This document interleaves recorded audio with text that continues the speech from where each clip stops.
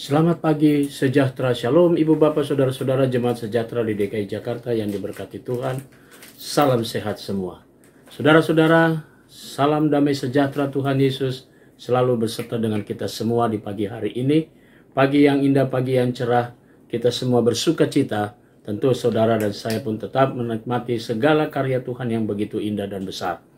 Mari kita agungkan nama Tuhan, mari kita datang dalam doa syukur kita, dan mari kita diperlengkapi dengan firman-Nya sebelum kita berkarya, beraktivitas di hari ini. Saya mengajak Ibu Bapak semua, mari kita satu di dalam doa. Terpujilah Engkau Allah yang begitu baik, Allah yang penuh kasih. Pagi hari ini kami datang di dalam doa syukur kami atas segala berkat Tuhan di hari yang baru ini. Sebelum kami melangkah dan mengisi dengan segala aktivitas kami, pada hari ini kami ingin datang kepada Tuhan. Tuhan, penuhilah bejana hidup kami dengan firman-Mu, dan karuniakan kepada kami roh kudus-Mu, agar kami dapat mengerti akan kebenaran firman-Mu, dan firman-Mu kami berlakukan itu dalam setiap langkah kami dan karya kerja kami di hari ini, sehingga kami tetap setia sebagai pelaku daripada firman Tuhan. Kami serahkan doa syukur kami di dalam nama Tuhan Yesus, firman yang hidup. Amin. Saudara-saudara, pembacaan Alkitab kita pagi hari ini terambil dalam Surat Rasul Paulus kepada jemaat di Roma, pasalnya yang ke-8, ayatnya yang pertama sampai dengan 13, pertengah penekanannya pada ayatnya yang ke-13. Yang demikian, sebab jika kamu hidup menurut keinginan daging, kamu akan mati. Namun jika oleh roh, kamu mematikan perbuatan-perbuatan tubuhmu, kamu akan hidup. Demikian firman Tuhan. Judul yang menjadi landasan renungan kita berkata, lahir karena roh, hidup pun di dalam roh. Saudara-saudara yang Tuhan Yesus kasihi, nasihat Rasul Paulus kepada jemaat di Roma yang merupakan tulisan terakhir dia, banyak sekali mengenai perilaku kehidupan sebagai orang Kristen.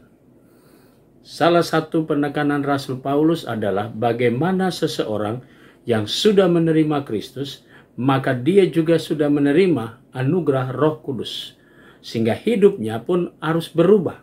Suka atau tidak suka, dia harus meninggalkan kehidupan yang lama. Karena menerima Kristus berarti menerima kehidupan baru, dan menerima kehidupan baru berarti membuka hati untuk dipenuhi dan dibaharui oleh Roh Kudus. Nah, kalau sudah dipenuhi dan dibaharui Roh Kudus, maka seseorang harus melakukan apa yang menjadi keinginan roh, bukan lagi keinginan daging, bukan lagi hanya untuk memuaskan diri sendiri.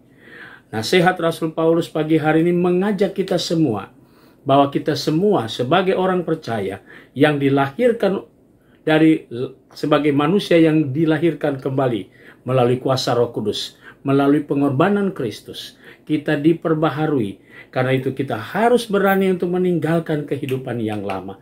Yang lama sudah berlalu dan yang baru sudah datang. Dan yang baru itu adalah hidup berdasarkan keinginan roh, bukan lagi keinginan daging. Karena Rasul Paulus tegaskan, keinginan daging kita akan menerima kematian yang kekal, tapi keinginan roh kita justru mematikan segala keinginan daging dan kita memperoleh hidup yang kekal.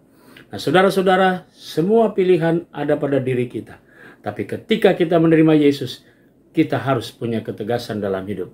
Mari kita berjalan berdasarkan keinginan roh, bukan lagi keinginan daging yang dipenuhi dengan hawa nafsu.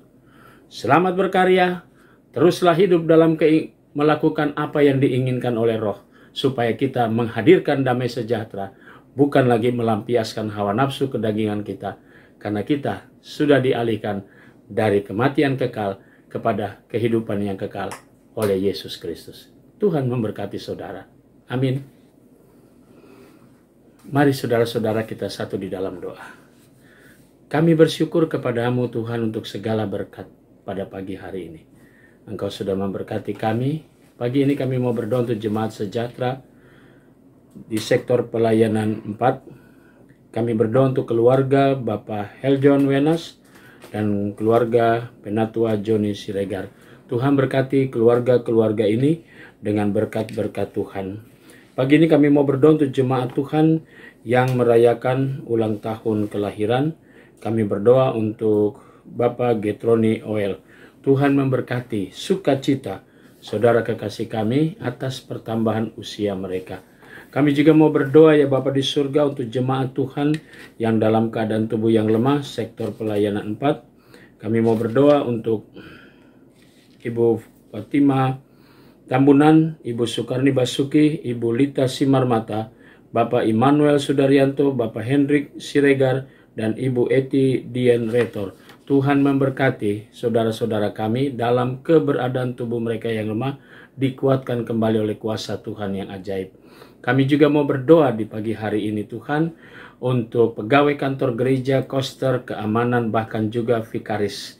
Tuhan berkati pribadi-pribadi ini dengan berkat Tuhan, bahkan keluarga mereka masing-masing. Kami berdoa untuk jemaat-jemaat GPIB dimanapun mereka berada. Kami berdoa untuk BP Mupel Jakarta Selatan dengan segala program kerja kami. Tuhan berkati. Berkati di dalam pelayanan kami bersama. Berkati seluruh jemaat yang ada di Mupel Selatan. Tuhan memberkati di dalam kehadiran kami di tengah-tengah jemaat-Mu. Terima kasih Bapa di sorga, kami menyerahkan seluruh hidup kami dan doa syukur kami di dalam nama Tuhan Yesus, Juru Selamat kami yang hidup. Amin. Selamat pagi, selamat berkarya, Tuhan memberkati saudara.